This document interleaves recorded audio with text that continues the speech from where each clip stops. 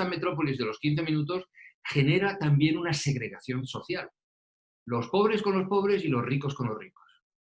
Y eso es fascismo, eso no es democracia. Pedro Ortiz, pensador, estratega, que ayuda a muchas personas a repensarse a sí mismos y a repensar el entorno en el que viven, sobre todo aquellos que viven en grandes áreas metropolitanas. Muchas gracias por aceptar esta conversación. Eh, Bienvenido. Absolutamente encantado de estar contigo y con vosotros, con los que lo vayan a ver. Esta idea de la ciudad de los 15 minutos ha tenido bastante impacto mediático. En redes sociales se habla muchísimo de la ciudad de los 15 minutos. La idea es muy bonita, muy interesante. Se ha metido en diversos foros, se está discutiendo muchísimo sobre esto. ¿Qué piensas tú? ¿Por qué piensas tú que ha tenido este impacto? Y si esta idea es realizable en un contexto como las ciudades de América Latina. Bueno, la idea ha tenido este impacto por dos razones. Primero, porque es una idea muy bonita, todos queremos una ciudad preciosa y, y por lo tanto es una ciudad humana, ¿no? Es decir, a ir andando en bicicleta, sin transporte no motorizado. La idea es muy bonita y también porque la ha lanzado París, porque si lo hubiera lanzado Timbuktu, pues no habría tenido el impacto que tiene, ¿no? Pero dicho esto, que es positivo y sobre todo políticamente para París, ¿no? El resto tiene unas connotaciones muy negativas, ¿no? Y voy a empezar hay varias, pero vamos, voy a empezar por una, ¿no? En el mundo en estos momentos hay 500 metrópolis de más de 1 millón de habitantes. 500 metrópolis. Y esas 500 metrópolis contienen el 24,5% de la humanidad, la cuarta parte, el 25% de la humanidad, pero producen el 75% del PIB mundial. Esas metrópolis, como digo, son enormemente productivas hasta tal punto que París, el PIB de París es equivalente a 3 veces el de Colombia. El PIB de Madrid es equivalente al de Perú, ¿no? Pero quiero decir que la metrópolis funciona porque tiene economías de escala y funciona como metrópolis. No funciona como agregación de pueblecitos, sino que funciona como metrópolis. Y esa es la eficacia de la metrópolis. Si la propuesta es que vamos a hacer unas metrópolis rotas en pedacitos de ciudad de 15 minutos, acabas de perder esa capacidad de economía a escala y esa capacidad de competitividad internacional, ¿no? Por lo tanto, aquel que haga una metrópolis a base de ciudaditas de 15 minutos acaba de perder su posicionamiento internacional, inmediatamente se convierte subsidiaria de otra metrópolis que sí es eficaz, porque tú has perdido eficacia, y como subsidiaria pues tienes menores rentas y eso te empobrece. Por lo tanto, esta propuesta, que es muy bonita desde el punto de vista demagógico y que todo el mundo apoya, yo mismo me parece precioso irme a comprar el pan y las flores y los mercadillos de las calles de París, eso no hay que perderlo. Pero lo importante no es una metrópolis hecha de ciudades de 15 minutos, sino una metrópolis hecha de metrópolis de 30 minutos. Las metrópolis que funcionan en el mundo, llegas al puesto de trabajo, llegas a tu trabajo entre 30 y 40 minutos. Y claro, dices, bueno, es que yo en 15 minutos me gustaría tener todo alrededor y no tener que desplazarme. Sí, claro, todo el mundo en Francia querría tener la ópera al lado y quería tener el Stade de France al lado, las grandes, los grandes teatros, los grandes óperas, los grandes estadios, las grandes cosas. Pero es que de esas cosas no hay más que una, no hay 35. Entonces, solo van a tener acceso, y ese es otro de los problemas, solo van a tener acceso a esas cosas que son las que dan centralidad y que hacen que el suelo en el centro de la metrópolis sea más caro que el suelo en la periferia. Por lo tanto, esa metrópolis de los 15 minutos genera también una segregación social. Los pobres con los pobres y los ricos con los ricos. Y eso es fascismo, eso no es democracia. La democracia es que todos con todos y todos con las mismas posibilidades de avanzar y de mejorar. Por lo tanto, la democracia es que tú puedas llegar a cualquier punto de tu metrópolis en 30 minutos o en 40. No que estés segregado en tu trozo de ciudad para que te quedes con los de tu misma clase social y estés destinado a eso toda tu vida sin posibilidad de cambiar, ¿no? Porque claro, si tú estás ahí, tu hijo también lo estará y tu nieto también lo estará. Por lo tanto, ineficacia económica profunda, injusticia social profunda un principio de fascismo por esa segregación de clases y mantener el orden, una falta de participación de los temas de mayor escala, es decir, pues ocúpate de diseñar tu calle y de diseñar tu plaza de los 15 minutos y reúnete con tus vecinos para diseñar eso. Pero no, lo que tenga que ver con la metrópolis de los 40 minutos, no, eso no te metas en ello porque eso nos corresponde a nosotros, que somos los que sabemos definirlo y diseñarlo y producirlo. Eso también es fascismo. Y por lo tanto, problemas económicos, problemas sociales, problemas políticos, de un principio de fascismo.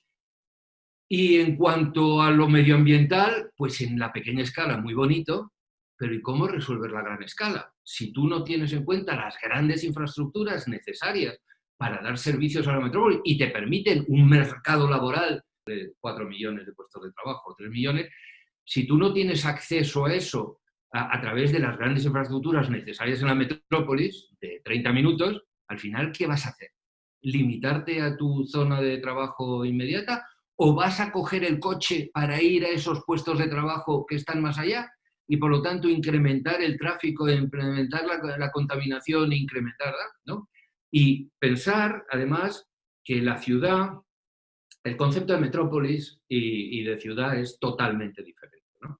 La ciudad se entiende como un crecimiento urbano donde la siguiente casa está contigua a la anterior, porque eso es lo que te hace ciudad, eso es lo que te hace agradable ir andando hasta el mercado, porque no tienes zonas vacías o zonas sin construir y hay una identidad, primero hay una identidad social de tu ciudad y segundo hay una riqueza de comunicación a lo largo de esas calles que es lo que te hace agradable pasear por la ciudad, ¿no? La ciudad es eso, es una ciudad que es un continuo urbano que llega a su borde y entonces ya entramos en la no ciudad. Es el campo, un campo que normalmente está muy deteriorado porque como está creciendo la ciudad, la gente que es propietaria de esos terrenos ya lo que están pensando es en la especulación y a ver cuándo me recalifican el terreno para construir y hacerme rico. La ciudad, por lo tanto, está definida como un continuo urbano ajeno al campo, que es la periferia que está más allá. La metrópolis no.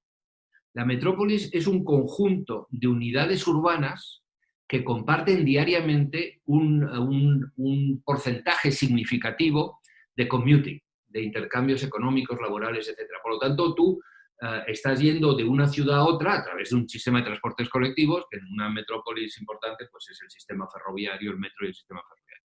Entonces, la metrópolis, como son un conjunto de ciudades que no deben unirse, que no deben conurbarse, porque entonces lo que tenemos es un magma cancerígeno de una metrópolis que está creciendo sin tal. Esa metrópolis tiene que preservar los espacios intersticiales entre esas ciudades y esos espacios tienen funciones medioambientales y agrícolas. Y puedes integrar el medio ambiente con la metrópolis. Y solo puedes tener esa visión metropolitana en un sistema de transportes que te lleve a cualquier punto de esa metrópolis en 30 o en 40 minutos. Entonces, esa metrópolis compuesta de diferentes ciudades, si tú permites que se convierta en un continuo para poder ir en bicicleta de la una a la otra 35 o 40 kilómetros todos los días, acabas de destruir lo que es el medio ambiente de esa metrópolis que tiene que ser esa intersticialidad. Por lo tanto, como ves, problemas de transporte, problemas de medio ambiente, problemas sociales, problemas políticos, problemas económicos. La frase es preciosa y todo el mundo se apunta, porque la demagogia es preciosa y todo el mundo se apunta, pero en realidad estás destruyendo la metrópolis de París para hacerla 35 Poitiers que evidentemente quitarían a Francia del panorama mundial porque Francia es París, ¿no?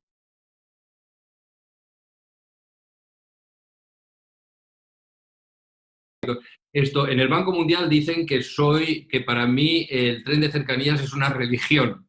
Es decir, verdaderamente por encima de los 3 millones de habitantes, las ciudades ya no pueden funcionar con BRTs. Bueno, mira Bogotá, qué desastre, ¿no? Pero además que es que se veía venir desde el principio. Cuando Enrique Peñalosa ganó la primera vez, ganó prometiendo el metro, pero cuando llegó al poder municipal se dio cuenta que el metro iba a tardar 8 años, que iba a gastarse todo el presupuesto suyo en hacer el metro y que no lo iba a inaugurar él, que lo iba a inaugurar el siguiente.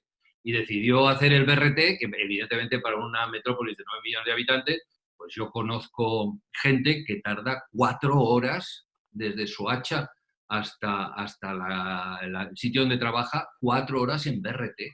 Y claro, al principio, pues el BRT, cuando no tienes nada, te lo agradeces mucho, pero en el momento que te das cuenta que tardas 4 horas en llegar al trabajo, 3 horas y media, esto, pues ha pasado lo que ha pasado. Lo sabíamos todos los que sabemos de eso.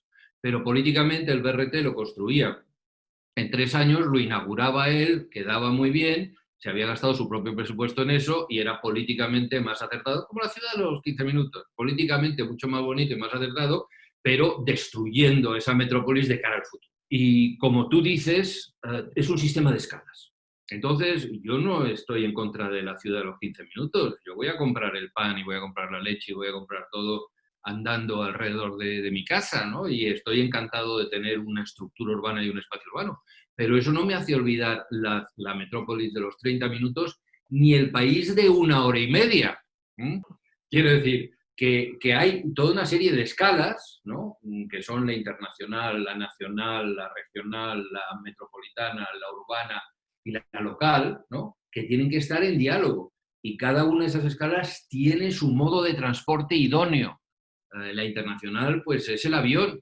Luego la nacional es el tren de alta velocidad, la metropolitana es el tren commuter train, el tren de cercanías, la urbana sí puede ser el BRT y el autobús, porque está en un continuo urbano, que no es la metrópolis, que es la conurbación, y después la bicicleta y los sistemas complementarios cuando llegas al punto de traslado.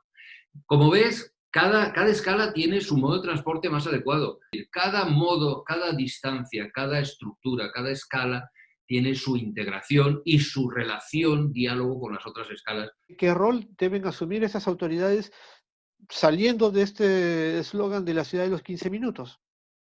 Bien, sobre la ciudad de los 15 minutos y la demagogia, déjame decirte, para terminar con el tema, que es muy típico el buscar eslogan demagógicos para atraer la atención y posicionarte internacionalmente, ¿no?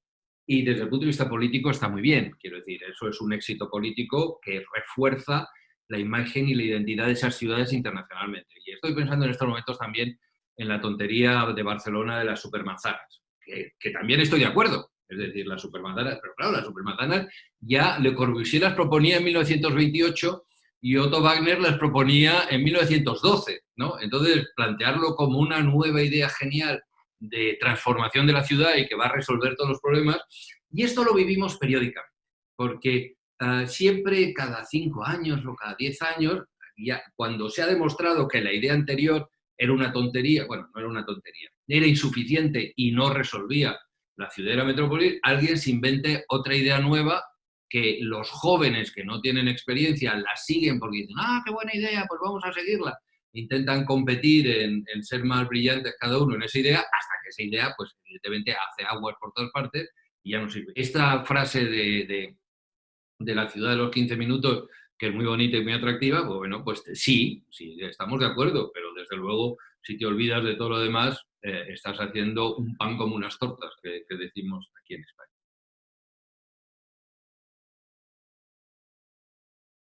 Ahí tenemos un problema de gobernanza, de instituciones, ¿no? Y Latinoamérica lo tiene.